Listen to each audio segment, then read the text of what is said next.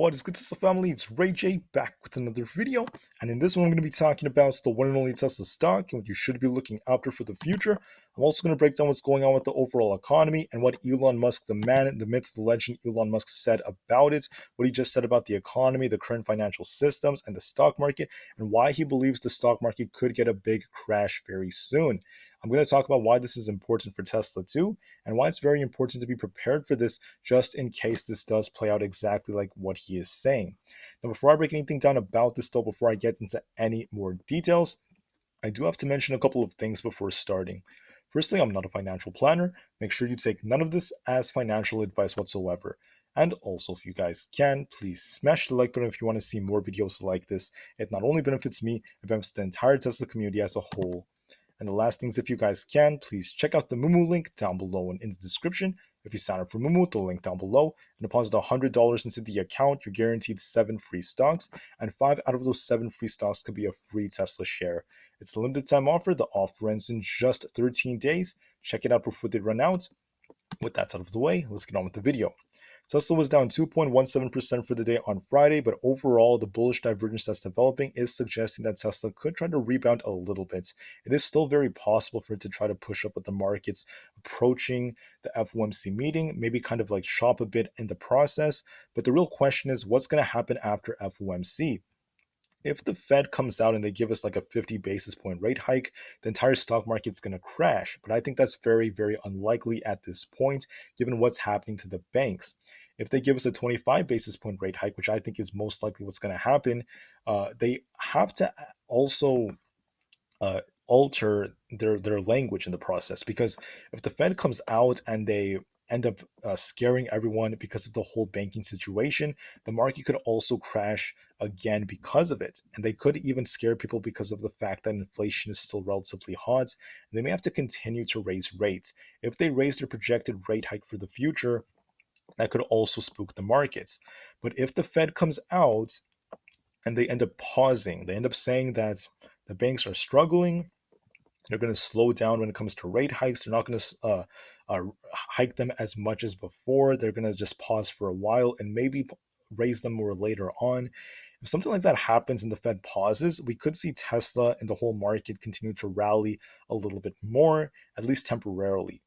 And I believe no matter what happens, even if the market does rally a bit more, I still believe there's more downside to come in the markets. I do believe that the stock market is still going to see a potential massive correction, another crash potentially. I'm going to break down exactly why that is, why Tesla is most likely going to eventually come down to fill this gap over the next couple of months. It all starts off with Elon Musk, and some of the things he's saying, I actually agree with a lot of his points. Firstly, Elon Musk is saying that a global recession could last until spring of 2024, and he believes it's most likely the truth that we're going to be entering one. Two things to take away from this are: number one, the global recession is going to affect everyone around the world, from people in China, production in China, what happens in China, also in India, in Europe, all over the world. We're going to see the world basically contract. We're going to see lots of hardships for people everywhere, and businesses are going to struggle in the process. And what happens is different sectors in the financial systems, they tend to struggle similarly, and this is going to affect Tesla as well. Secondly, you have to remember that the stock market has never bottomed before a recession started. The recession tends to actually happen, and the market ends up freaking out during times like that. To enter a recession, the first question is, are we in one right now? The answer is we could be in one, but it's going to depend on how you define a recession. If you're using typical economic terms, we need two consecutive negative GDP quarters, and also we need higher unemployment and more contraction in the economy. So far, we're not there yet, at least just based off that dictionary definition, but we're getting closer and closer. And I believe that no matter how they try to change the definition, no matter how they try to like stretch the rules or whatever they try to do, move the goalposts or whatever, they can't avoid the recession this time. It's going to be inevitable. And I believe the entire mainstream media has to actually accept it. And this is going to lead to sentiment shifting and a potential crash very soon, in my opinion. Now, on top of that, I want to mention to everyone that the Lehman Brothers were over leveraged back around 2007. Starting from the early 2000s to 2007 to 2008, they were heavily invested in the mortgage backed securities. And the problem with that is what happened to mortgages during the time when we saw the big collapse. It really destroyed their business, it destroyed the banks, it destroyed people all over the world. They acquired five different mortgage lenders, believing that they were invested in an asset that would keep on going up in value, and it ended up failing. Well, this kind of reminds me of what's happening right now in the economy. A lot of people were just denying the reality of the situation. And in my opinion, the current financial state is much worse than how it's being presented. It's kind of like it's being hidden under a curtain, and the curtain is slowly opening little by little, barely exposing the reality of the situation. To me, the economy right now is being held up by pillars that are very, very weak. I say this because of what's going on right now. You have to remember that we're in a very, very high inflationary environment. Inflation is still very hot. On top of that, sentiment is starting to shift and people are starting to fear a recession. When people start to actually think of recession, when people start to prepare for it, what happens is there's so much of a shift in their spending behaviors, their habits, that it's also going to lead to a recession that's even more severe. Secondly, you have to remember that sentiment is just barely starting to shift right now. People are just barely starting to wake up, and Americans have been spending way too much money, not saving enough to drive inflation down because we're still at relatively high credit card debt. On top of that, the banks are struggling big time. The banks, such as Silicon Valley Bank, are seeking bankruptcy for protection during their reorganization processes. What's going on is the banks have these regulations which are not stringent enough. They're not very strict. The banks were allowed to lend out other people's money, your and my money that's being stored in the bank that we're depositing. They could lend it out.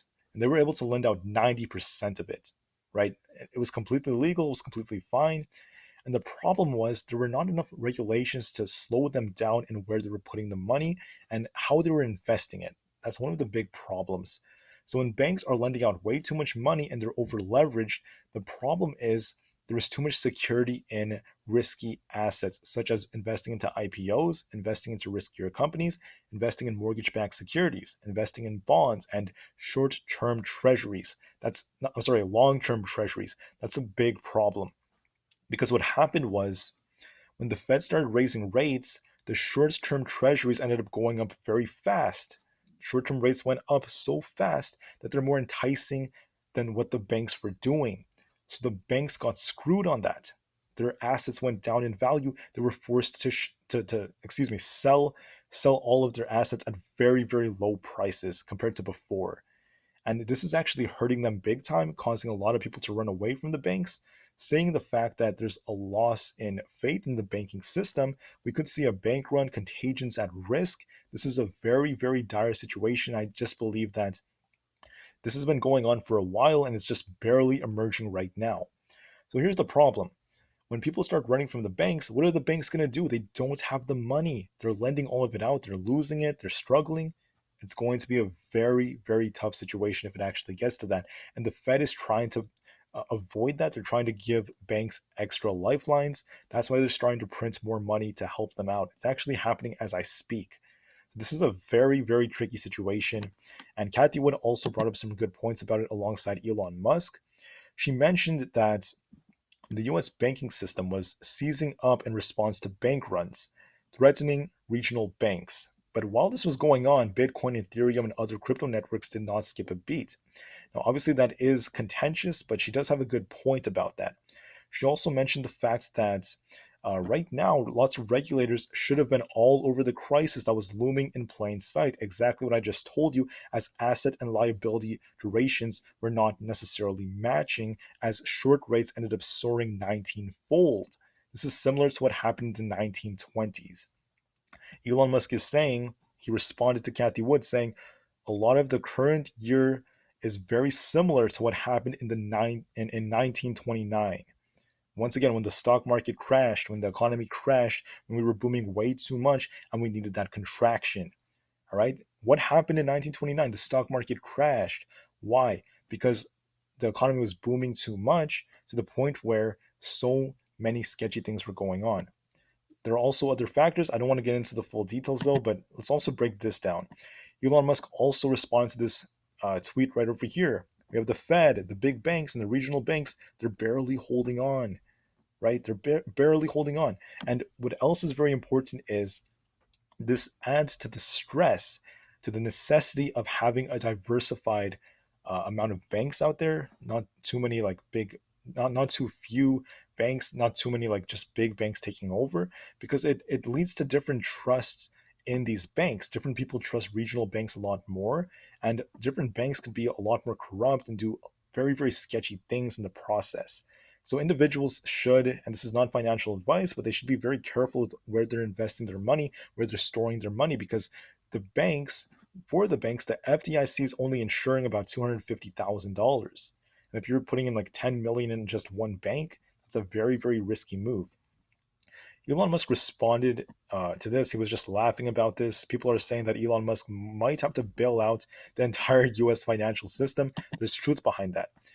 Then Elon Musk responded to, I believe, another video where we're seeing lots of bank failures, just five alone in just a week. There are also, I found, another 35 banks at risk of filing for bankruptcy or actually just straight up collapsing during these times.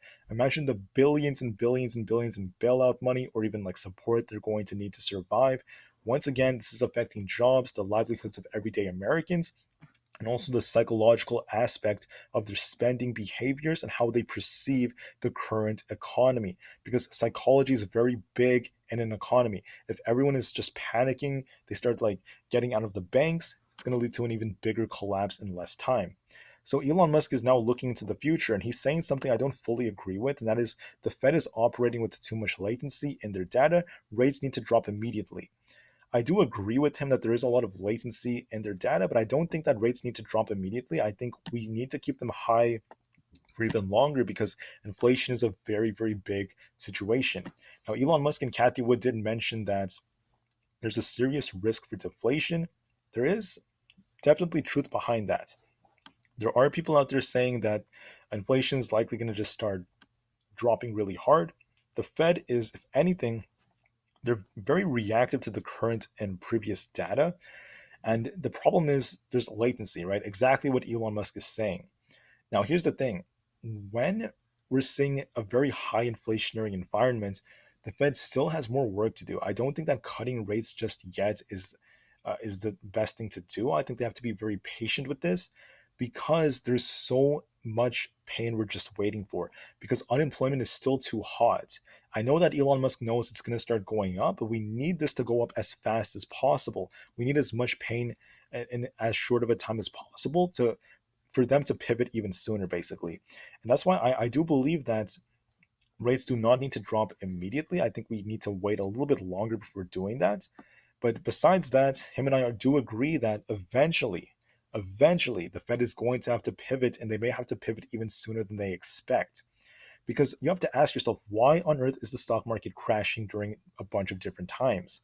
Why do things like this happen? What happens is it the Fed pivot that's causing it? Or is it not? And the answer is not necessarily. It is not the Fed pivot that causes the stock market to crash. It is more so the current economy, the overall economy, the state in which the economy is in, and how jobs, data, everyday people are performing in it. What happens is the Fed starts to pivot because things are breaking. They're reacting to what's going on.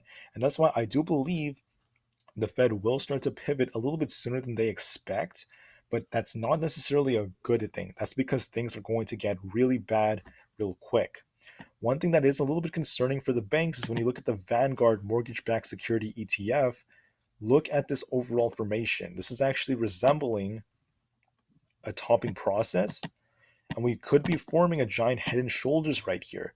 What's going to happen to these mortgage backed securities when they start dropping? What's going to happen to the banks during a time like this when they're over leveraged and heavily invested in them?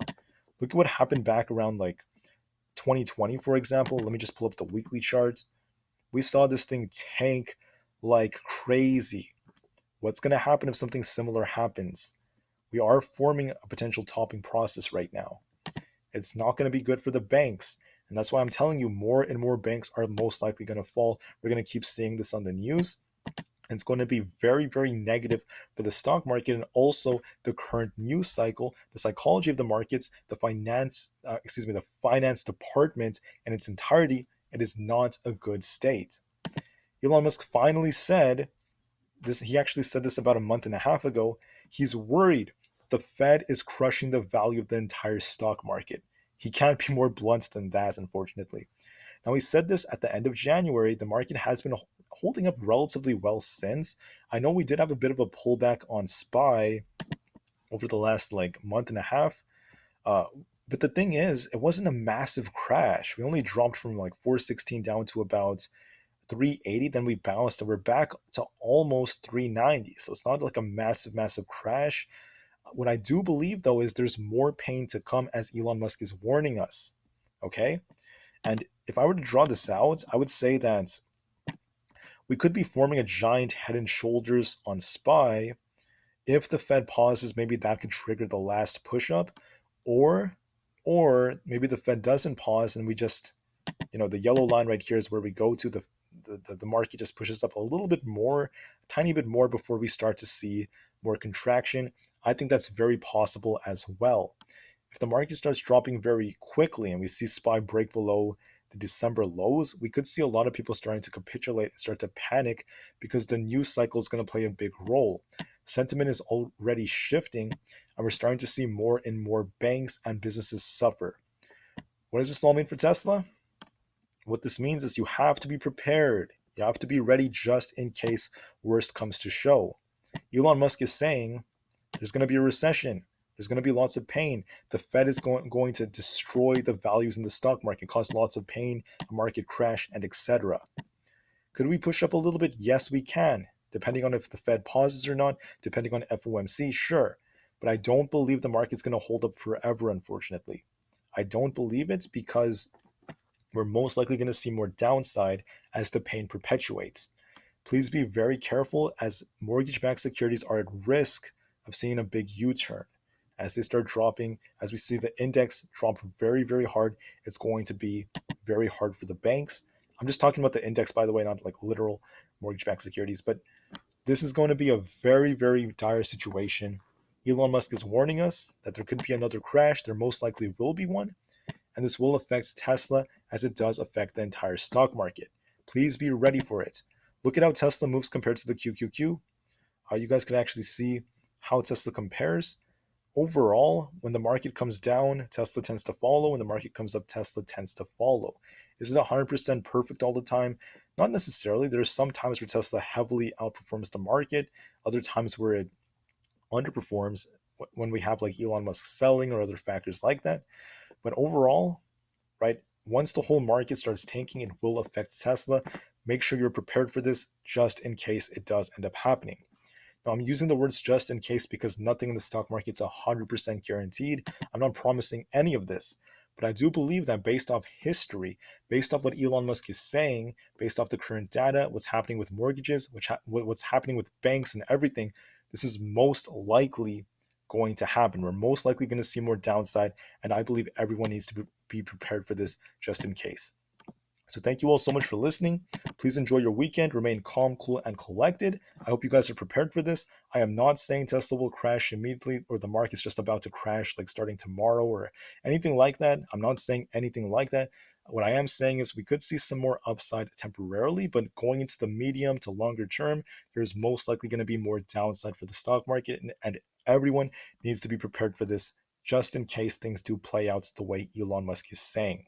Thank you for listening. Have a great rest of the day. Remain calm, cool, and collected. And once again, enjoy the weekend. I'll see you guys in the next one. Tesla to the moon because the long-term future is still incredibly bright. And peace out.